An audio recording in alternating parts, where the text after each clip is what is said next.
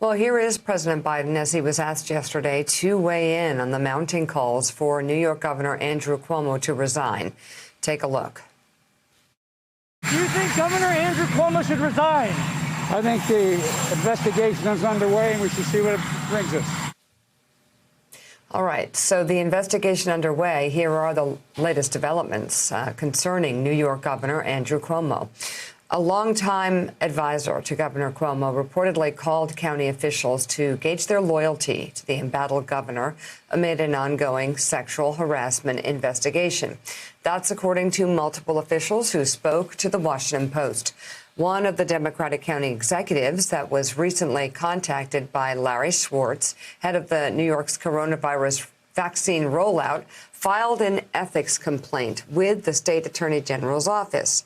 According to the Post, the executive feared retaliation against the county's vaccine supply if Schwartz was not pleased with his response to questions about supporting the governor. When contacted by the Post, Schwartz acknowledged making the calls as a 30-year friend of Cuomo's, but said he, quote, did nothing wrong.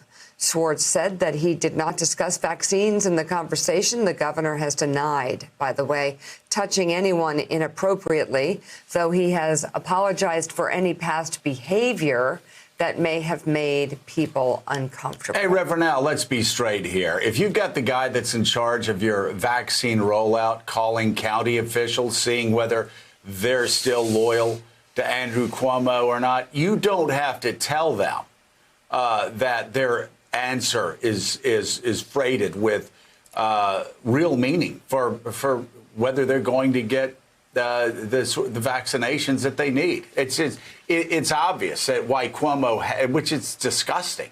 It's obvious why he had his vaccination czar, his coronavirus czar, calling these county officials. Show loyalty, and maybe you get more vaccines. Don't show loyalty, and you don't.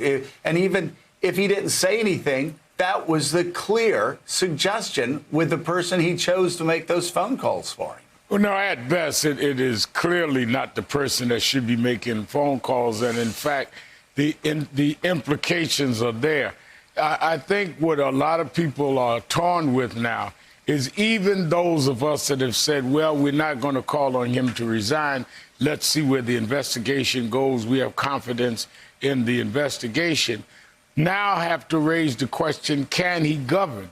And I think that there are two separate issues. One is whether you want to set a precedent where, based on accusations before an investigation, do you force someone out? But then the other part is if you have both the U.S. senators and the majority of the New York State legislature calling on you to resign, can you continue to govern in a state that is still facing critical issues? And I think that is where this morning many people, including me in the state, are looking at one of two very serious issues. In the middle of that, though, to have people that are going to be your representatives to be in positions that even remotely can be compromised, and this is not remote, I think only adds to the furor that a lot of people are trying to be clear-sighted before they make a ultimate decision. But I think when Schumer and Gillibrand came out and then the state legislators come out, it has raised this to a whole different level of whether or not you think he's guilty, but whether or not you think he can govern. Thank you. Thank you. Thank you. Thank you very much. Thank all of you out there. Thank you as always. Thanks to at home. Thanks for watching. Thank you so much for letting us into your homes during these extraordinary times.